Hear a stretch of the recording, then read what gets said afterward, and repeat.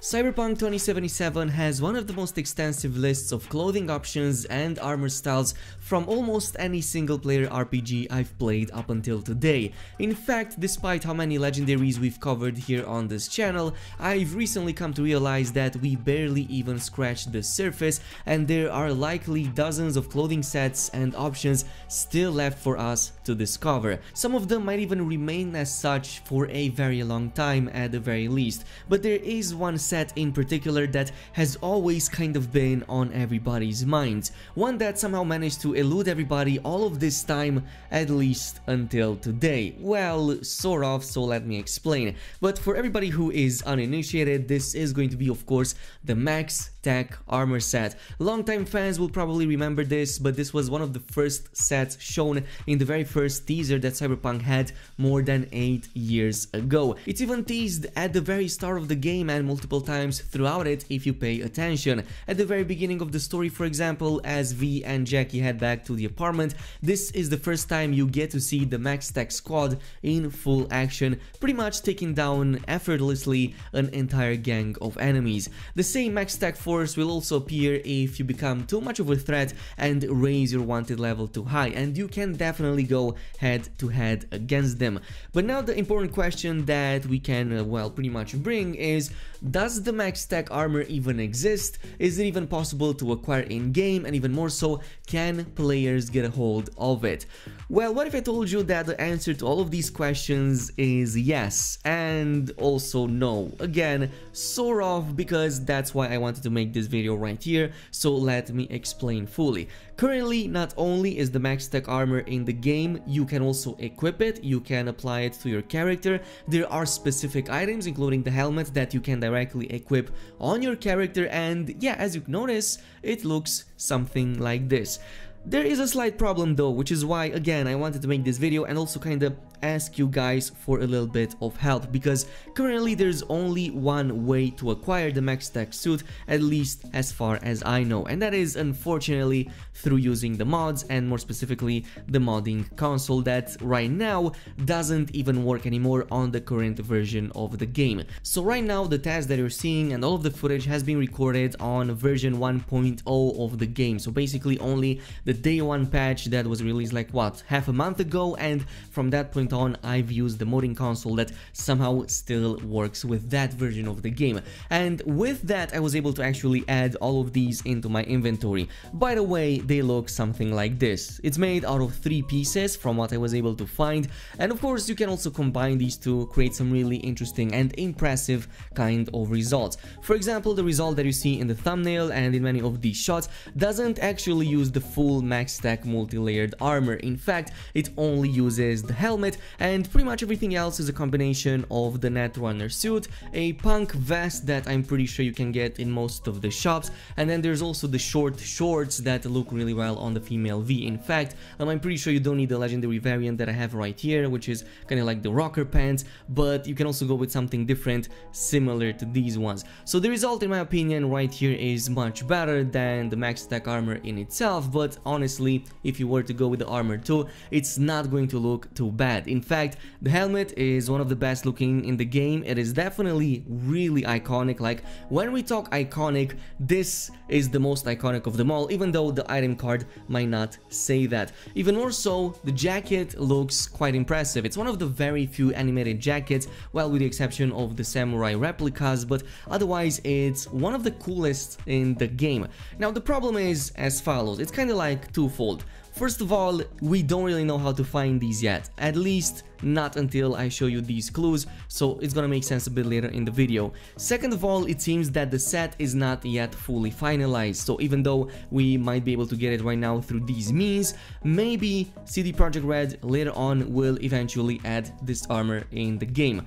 But in the meantime, there are a bunch of clues that I went over, and I think that this might help us narrow down how to find this particular armor set. So let's begin with the items themselves, because these already give quite a number of clues. shoes. Here is the max TAC tactical helmet with the multifunction info visor. Of course, it is a full-on item card. It can probably spawn as different rarities, but because I'm only level 4 right here, it's spawned as a white kind of variant. But as you can see, the reason why I believe that this set exists in the game is because not only does it come as an equipable item, it has its own item card and flavor text right there at the bottom. It's hard to believe there's a human somewhere behind that. And if we take a look at the armor pieces in the set, they all come with similar kinds of flavor text. For example, the multi-layer armor weave jacket comes in with issued only to members of the NCPD's elite unit, which kinda implies that this might be something that we will loot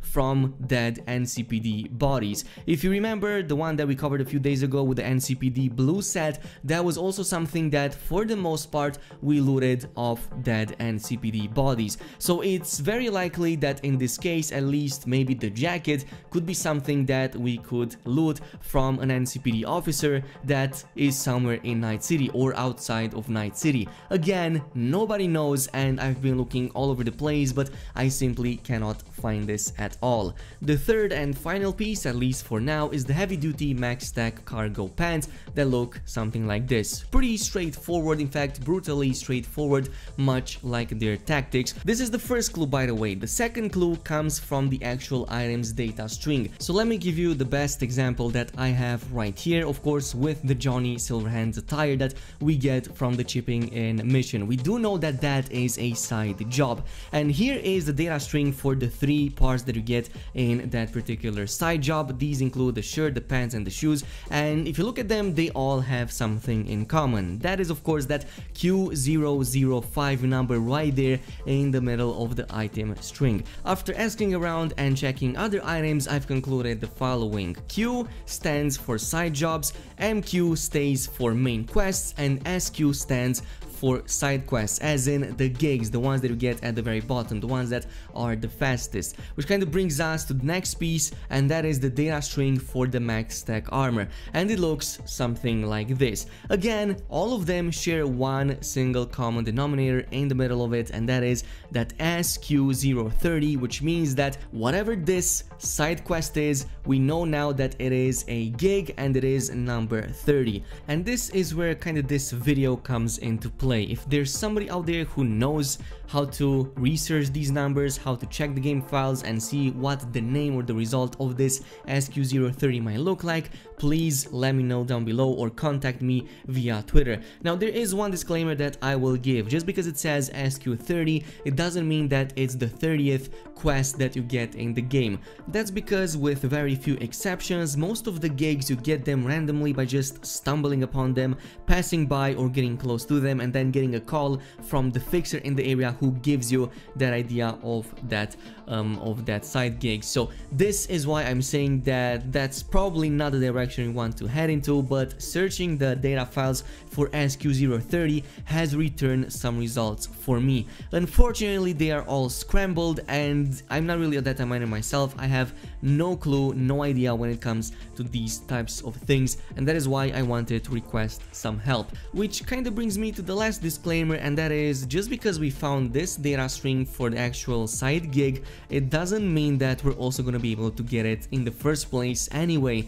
It could very well just be that maybe one of the characters within that mission is using this armor, and yeah, maybe this is just the way CDPR approached armors in general. Instead of gluing them on the character and making them part of them, they're actually item pieces that exist in the inventories of those characters. Kind of like Skyrim or Fallout, if you remember those games, where every enemy had actually physical clothes onto them, and if you were to loot them from their bodies, they would, well, just get naked. So that was the result. So maybe this is how CDPR also approached equipping enemies with all sorts of gear. But this is it. Thank you so much for watching. Again, if you have any clue, don't hesitate to contact me, and I'll see you guys in the next one.